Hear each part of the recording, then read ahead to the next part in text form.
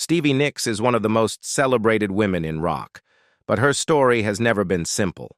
For decades, she carried the image of the mystical frontwoman, wrapped in lace and shawls, giving the world songs that defined entire generations.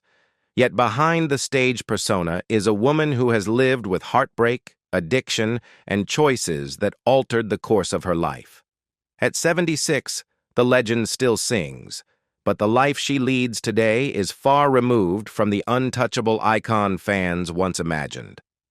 What remains is a story marked by resilience, but also by loss and sadness that time has only deepened.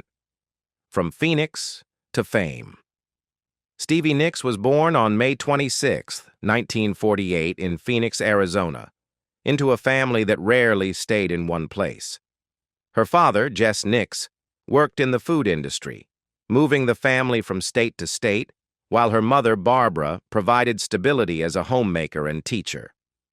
Asthma kept young Stevie from sports or outdoor play, and instead she found refuge in music. Her closest bond was with her grandfather, A.J. Nicks, an amateur country singer who taught her how to sing from the heart. When he passed away when she was just 15, Stevie promised herself that music would keep his memory alive. At 16, her parents gave her a guitar. The instrument wasn't new, but to Stevie it felt like a key to her future.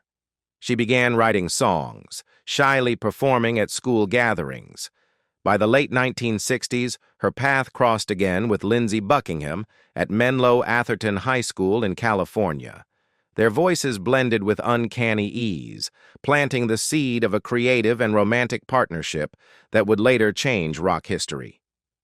Stevie initially studied communications at San Jose State College, hoping to become an English teacher, but she abandoned her academic path to pursue music.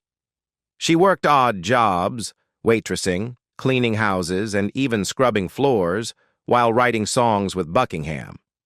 Their first real step came when they joined the band Fritz, opening for legends like Janis Joplin and Jimi Hendrix between 1968 and 1971. Although Fritz never broke into mainstream success, the experience gave Stevie her first taste of the stage and a life lived for music. When Fritz disbanded in 1972, Stevie and Buckingham decided to go all in, recording the Buckingham Nicks album in 1973. It flopped commercially, forcing Stevie back into part-time work to pay the bills. Yet that same record would unexpectedly open the door to Fleetwood Mac, setting the stage for both triumph and tragedy. Fleetwood Mac and the Cost of Glory. In late 1974, destiny intervened. Mick Fleetwood, drummer of Fleetwood Mac, heard Frozen Love from Buckingham Nicks while at Sound City Studios. He invited Lindsey to join the band, but Buckingham insisted Stevie had to be included too. By 1975, both were officially members, and what followed was a transformation that catapulted Fleetwood Mac into one of the biggest bands in the world. Their self-titled album Fleetwood Mac was released that same year, with Stevie contributing songs like Rhiannon and Landslide. Both became instant classics, showcasing her mystical voice and gift for weaving storytelling into melody.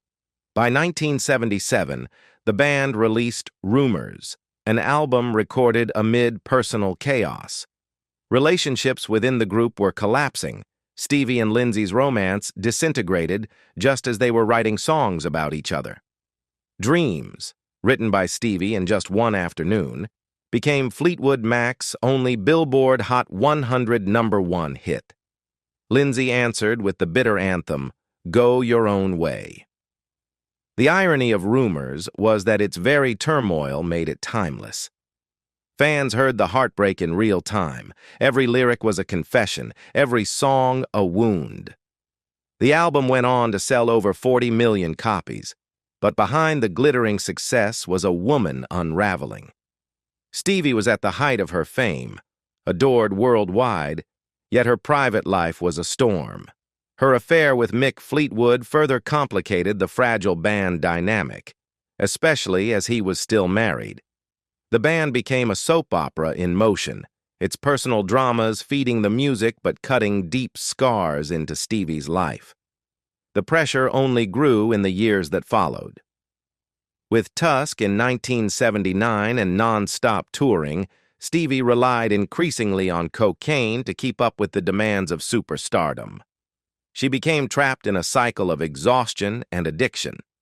Her mystical image on stage, flowing shawls and spell-like movements, concealed the reality of a woman burning herself out to stay on top.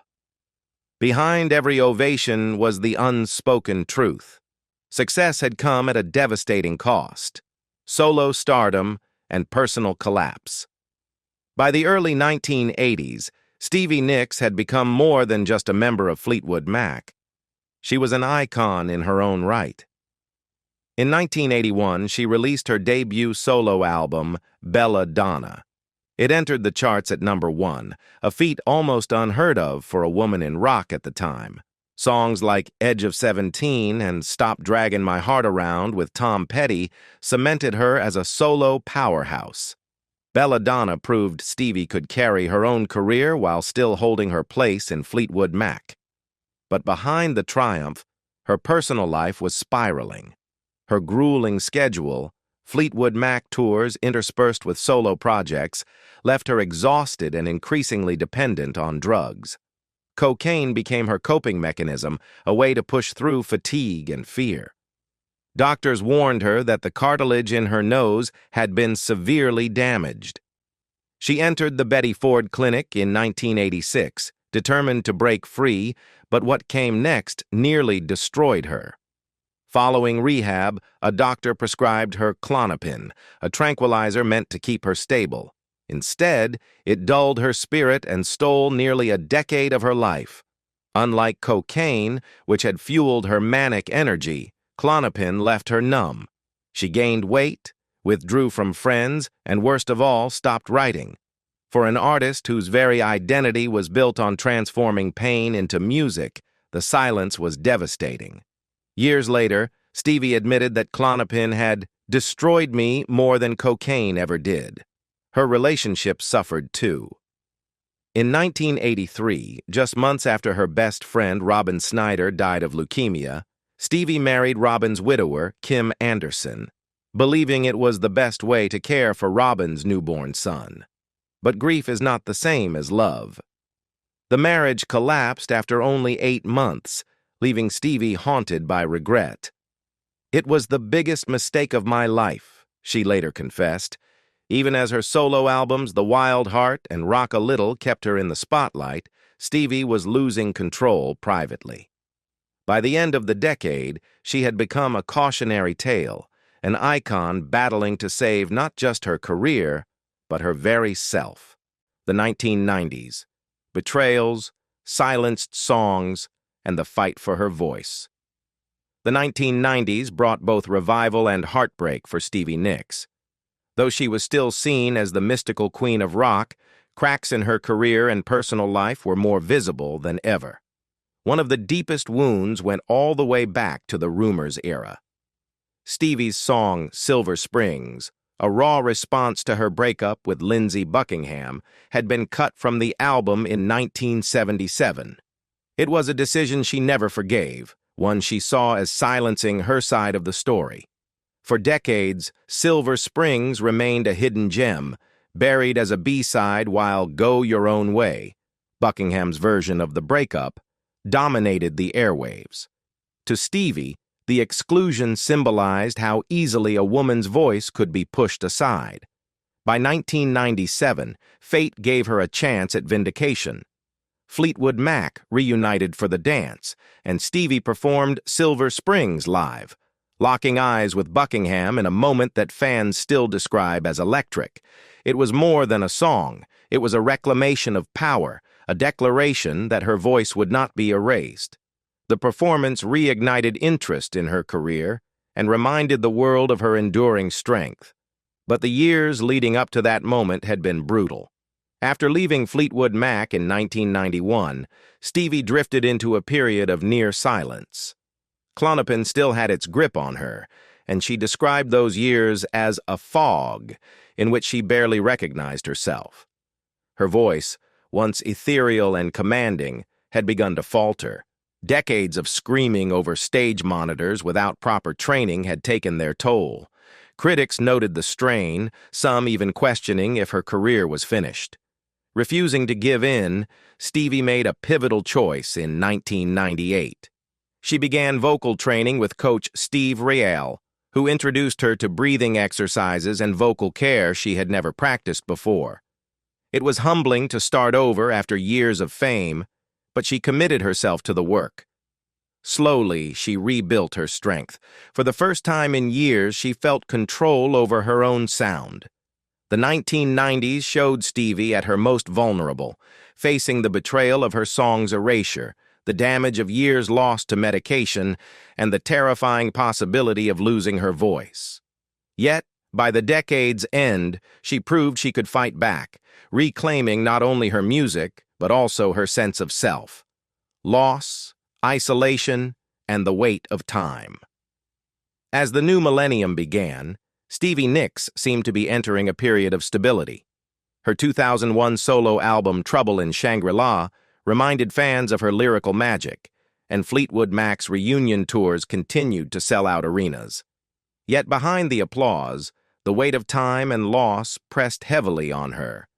In 2011, Stevie's mother, Barbara, passed away, and the loss changed her life in ways she never fully recovered from. Barbara had been her confidant, her anchor through years of chaos. Stevie later admitted she couldn't leave her house for months, paralyzed by grief. Instead of finding solace in companionship, she turned inward, filling her days with candles, journals, and private rituals.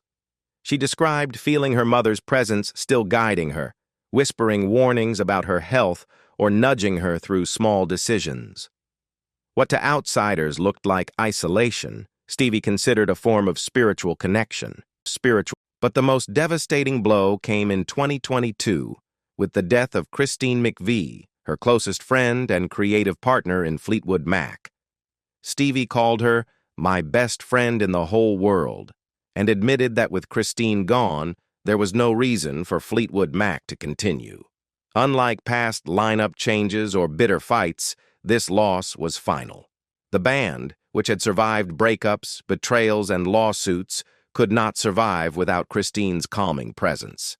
For Stevie, it was the end of an era and the closing of a chapter she had carried for nearly 50 years. In recent years, she has faced criticism too. In 2025, as she announced a new North American tour, fans erupted online over soaring ticket prices. Many who had followed her since the 1970s felt betrayed, accusing Stevie of prioritizing profit over connection. Old rumors resurfaced, like her alleged refusal to play Glastonbury because of low pay, casting her not as a mystical icon, but as a shrewd businesswoman. For those who had seen her as the embodiment of spiritual artistry, the controversy struck deep. Now, in her mid-70s, Stevie lives a life defined by duality. On stage, she remains the queen of rock, still draped in lace and singing the songs that shaped generations. Off stage, she has grown increasingly private, her world smaller, her circle tighter. Fame has given her everything, but also taken much: friends, love, health, and the simplicity of being just a woman rather than a legend. The Ghost Record and the Final Chapter. At 76, Stevie Nicks is no longer the wild figure dancing endlessly across the stage, but she refuses to let her story end in silence. In April 2025, she announced The Ghost Record, her first solo album in 14 years. Unlike past works cloaked in metaphor and mysticism, this project is described as brutally direct. 7 autobiographical songs reflecting on the great men who passed through her life. For fans, it feels less like a comeback and more like a reckoning, a final act of honesty from a woman who has spent decades veiling her truths in lace. Hints of the album's tone surfaced when she jokingly told Jimmy Iovine during a live appearance, "You're next," sending her fan base into a frenzy of speculation. Was she preparing to name names? To finally confront Lindsey Buckingham, Mick Fleetwood, Don Henley, or Joe Walsh in song? The mystery has only fueled anticipation, but beneath the excitement lies something sadder. This may be Stevie's last, unfiltered statement, a closing chapter in a life lived under constant scrutiny. Her recent years have not been free of struggle.